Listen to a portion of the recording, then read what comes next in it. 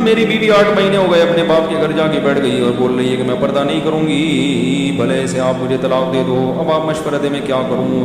پردہ تو اللہ نے فرض کیا. پہلے پردہ کرتی تھی جب شادی ہوئی تھی، اس وقت آپ نے کہا تھا مجھے پردے دار لڑکی چاہیے ہے بھائی. اگر پہلے پردہ کرتی تھی اسی بیس پہ شادی ہوئی، اب نہیں کر رہی، تو آپ کا حق بنتا ہے کہ آپ اس پہ کیا کریں؟ سختی. اگر پہلے پردہ نہیں کرتی تھی، آپ نے ایز اٹ از کو قبول کیا، اس کا مطلب آپ بھی مینٹلی طور پہ ریڈی تھے، وہ بھی ذہن میں تھا کہ مجھ سے پردہ نہیں کروائے گا. اب آپ گن پوائنٹ پہ پردہ کروائیں گے تو یہ کام آگے چلے گا نہیں. سمجھتے وہ کہیں کہ بھائی جب تم نے پردہ کروانا تھا تو پردے والی لے آتے نا. نہیں آ رہی سمجھ میں تو رہنے دو. جب اتنے نیک تھے کہ تم بے پردگی برداشت ہی نہیں ہوتی تو تمہیں تو پہلے سے پتا تھا میں پردہ نہیں کرتی، تو پھر کوئی پردے والی تلاش کر کے لے آتے. اس وقت تو عشق چڑھا ہوا تھا، یہی چاہیے چاہے پردہ کرے یا نہ کرے. اب جب اپنے قبضے میں آ گئی تو پردہ کیوں نہیں کر رہی بھائی؟ بات آ رہی ہے سمجھ میں؟ اب جب بیگم اپنے قبضے میں آ گئی، ہوم ڈیلیوری ہو گئی، ابا گھر پہنچا کے چلے گئے باقاعدہ.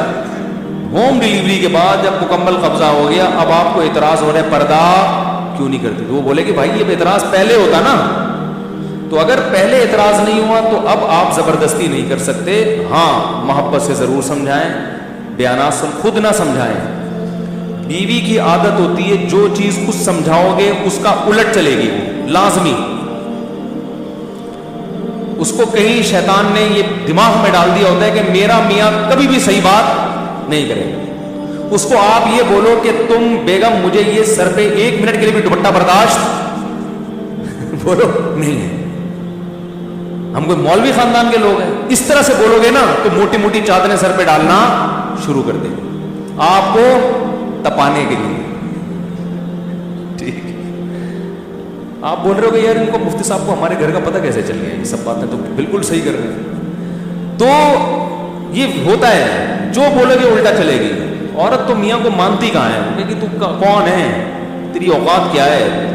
نیک ویک آدمی گھر سے باہر ہوتا ہے میرے بھائی، گھر میں کوئی نیک نہیں ہوتے، سب گھر کے باہر کی باتیں ہیں. میں بہت اچھا بہت زندہ ہوں، باقی عورت کو وہ ٹیڑے والا قصہ جو ہے نا، وہ ٹیڑے ٹیڑے اڑ رہے تھے، وہ سوچ لیا کریں. تو اس لیے اب حل یہ ہے کہ خود نہ سمجھائیں، علماء کے بیانات لگا دیا کریں، تبلیغ والوں تبلیغ میں لے کے جائیں اس کو، وہاں وہ بیان سنے گی. اب اس طرح سے آہستہ آہستہ اس کو دین پہ لانے کی کوشش کریں. دعائیں مانگیں، بہت دعاؤں کا بڑا اثر ہوتا ہے. اور بیانات سنوائیں علماء کے. خود بولیں گے، جتنا بولیں گے اتنا ہی ضد میں آئے گی. بڑی ضد پنا چل رہا ہے آج کل مارکیٹ میں. جتنا سمجھائیں گے نا اتنی بے پردگی پر اور مضبوط ہو جائے گی. اور ایک وقت آئے گا کفر بولنا شروع کر دے گی، وہ بولے گی اسلامی کو نہیں مانتی. یہ مارکیٹ میں ہو رہا ہے. تو بڑے ٹیکنیکل طریقے سے سیاست سے بالکل چھوڑ دیں اس ٹاپک کو. علماء کے بیانات کسی بزرگ کے پاس لے جایا کریں، ان کے بیانات سنوائیں. یا سب سے بہتر راستہ ہے خواتین کو انسان بنانے کے لیے تبلیغ جماعت میں لے جاؤ.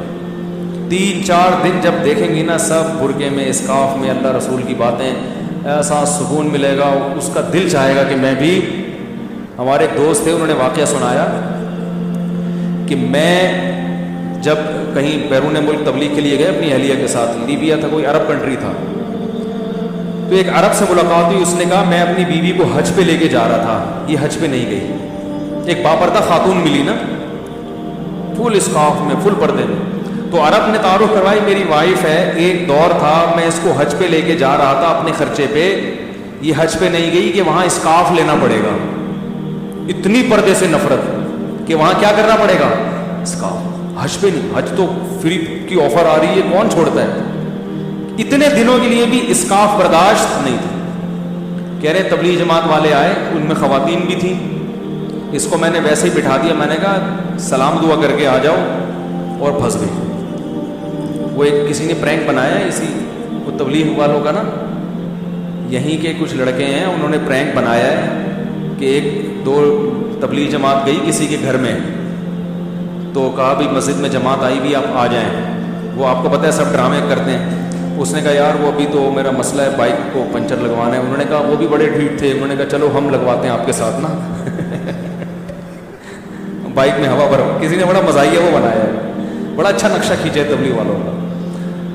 تو وہ تبلیغ والے تو چھوڑ کے آ جاتے ہیں کہ چلو جی جب فرصت ہو آ جانا. وہ تھے بڑے پکاؤ قسم کے, انہوں نے نہیں چھوڑا. انہوں نے کہا پنچر لگوانا ہے, چلو ہم بھی ساتھ چلتے ہیں, بائک نکالو. وہ دیکھ رہا ہے یار یہ کیا مصیبت.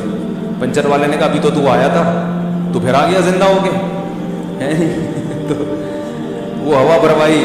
پھر وہی جو بہانے کرتا رہا, میرے چچا کی طبیعت خراب ہے, تو چچا کے پاس لے گئے. چچا بالکل فٹ فاٹ تھے, تو ان کو بیمار باقاعدہ آرڈر پہ کروایا. تو پھر چچا سے کہا تبلیغ والوں نے آپ بھی چلیں, تو وہ نہیں تھے, ہو گئے بیمار نا. پہلے تو مان نہیں رہتے بیمار ہوں. جیسے ہی انہوں نے کہا مسجد میں جماعت آئی بھی, انہوں نے کہا بھائی میری تو طبیعت بہت زیادہ خراب. بالآخر اس کو لے گئے, وہ کسی طریقے سے نا گھسیٹ کے لے گئے. اب جب لے گئے تو چلہ لگوا دیا. چلے کے بعد اب یہ وہی کام کر رہا ہے جو دوسرے گھر.